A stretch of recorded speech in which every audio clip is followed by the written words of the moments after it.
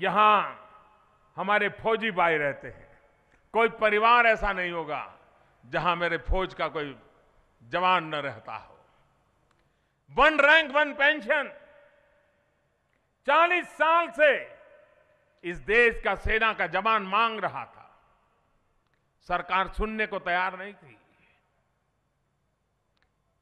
और जब चुनाव में दबाव पैदा हुआ 2013-14 में, तो जैसे इनकी आदत है झूठ मूठ आंख में धूल झोंको और अपना उल्लू सीधा कर लो, ये खेल चलता है।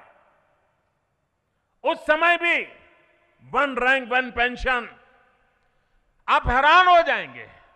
ये वन रैंक वन पेंशन क्या रिक्वायरमेंट है, इसके क्या मांगे हैं, इसका सॉल्यूशन क्या होगा, कितने लोग हैं लाभार्थी, कितने कोई हिसाब किताब नहीं, कोई कागजी काम नहीं, नारेबाजी चल रही थी। और हमारे फौज के वीरों को मूर्ख बनाने का काम उस समय की सरकार ने किया। सिर्फ 500 करोड़ रुपया वन रैंक वन पेंशन के लिए बजट में 500 करोड़ देकर के उन्होंने चुनाव के पहले बड़ा गाजे बाजे बजाए कि हमने वन रैंक वन पेंशन दे दिया।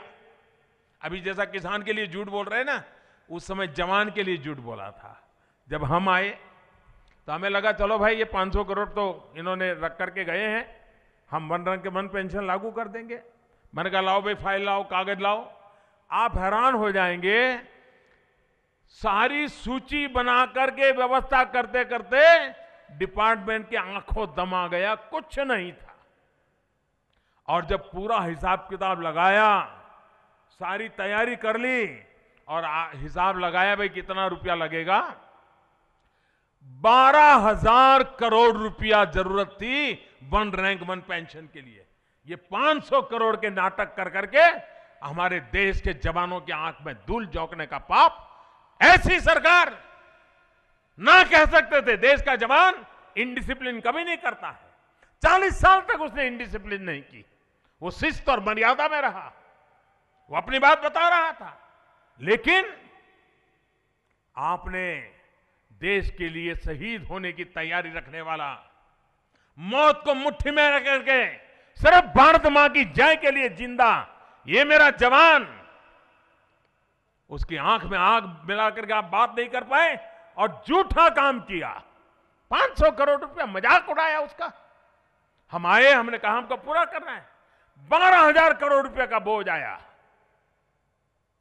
अब सरकार के लिए एक साथ 12,000 करोड़ निकालना मुश्किल होता है।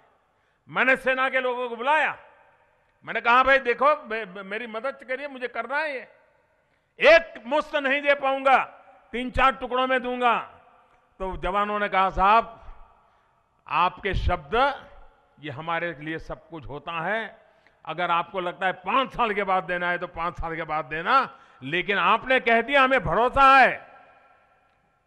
मैंने कहा जी नहीं, मुझे अभी देना है।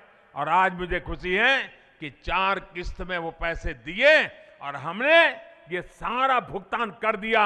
मेरे देश के जवानों के पास पैसा पहुंच गया। 12,000 करोड़ रुपए लगा।